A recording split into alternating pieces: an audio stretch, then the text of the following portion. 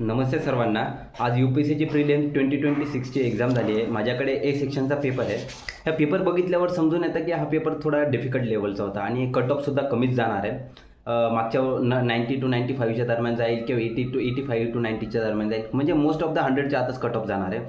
So माझं सांगायचं reason फक्त एकच आहे तुम्हाला, की तुम्ही आता पेपर दिल्यानंतर आहे ना, हे चेक करण्याच्या भानगडीत पडू नका की याचं आन्सर काय असेल, त्याचं आन्सर काय असेल. कारण UPSCला प्रिडिक्ट कोणीच करू शकणार नाही. तुम्ही रिअली तुम्हाला सांगतोय मी हे. कारण की काय इथून मागचे स्टेटमेंट, आता हा पेपर बघतोय ना आपण, ॲप्लिकेशन बेस्ड पेपर आहे. नंबर सेकंड, डिसिजन मेकिंगचे काही क्वेश्चन यावर्षी पहिल्यांदा टाकण्यात आलेले. नंबर थर्ड, इथून मागचे जे आन्सर्स द्यायचे ना, ते यावर्षीच्या आन्सरमध्ये भरपूर सारे डिफरन्सेस आलेले आहे.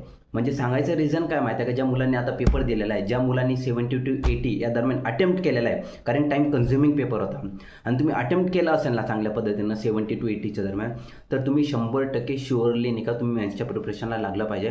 तुम्ही आन्सर की चेक करू नका, कारण की आन्सर की तुम्ही चेक कराल ना, तर तुमच्या मनात कुठं ना कुठं फिअर राहणार आणि तुम्ही मेन्सच्या प्रिपरेशनला नाही का तुम्ही जितकं डेडिकेशन द्यायला पाहिजे तितकं डेडिकेशन देणार नाही. कुठं ना कुठं रिझल्टची वाट बघत राहणार.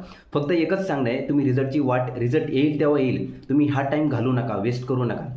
मेन्सच्या प्रिपरेशनला लागा. ऑलरेडी 3च महिने बाकी आहे. एक दिवस उद्याचा स्वतःला द्या आणि त्याच्यानंतर मेन्सच्या प्रिपरेशनला लागा. काही वाटलं तर मला एक DM करू शकतात, मेसेज करू शकतात. So God bless you all. Take care. All the best.